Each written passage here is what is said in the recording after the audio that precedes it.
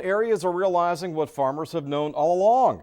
That's goats and sheep make for great weed control. In fact, when Georgia Tech needed help recently getting rid of a major kudzu problem, they turned to a local Athens woman who made the trip to Atlanta and let her babies feast away.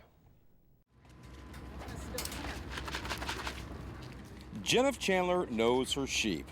In fact, she's been raising them for over 30 years. But one day, she saw something that caught her eye.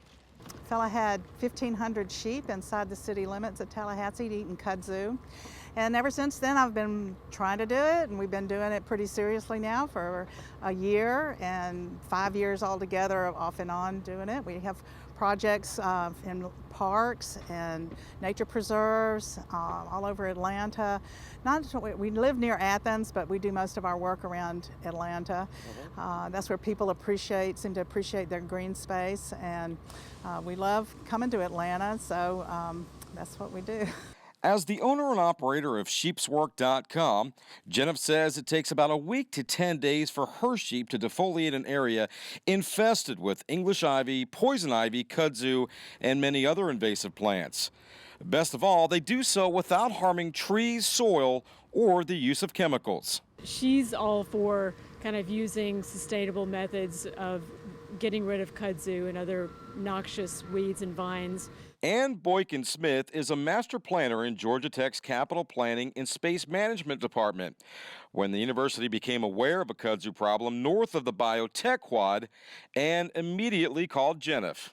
We're about sustainability on our campus and trying to incorporate alternative means of doing things that are healthier and cleaner for the environment. So I looked into what it would take to have sheep grazing. I read some things about Trees Atlanta using them, and so we decided to take a chance on it a year ago, and the administration approved it, and the president's property approved it, so it was a go, and it's been very successful.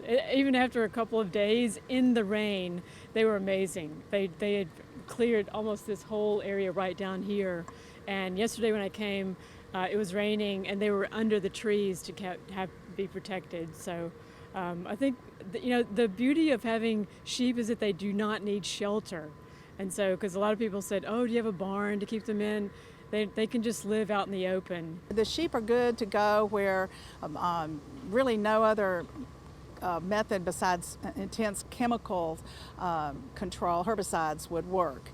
And so we do steep slopes, rough terrain, environmentally sensitive areas. We're able to save woods where English ivy and kudzu and other invasive plants, privet, just crowd out the people and the other desirable vegetation. The sheep can go in there and do a great job cleaning everything up.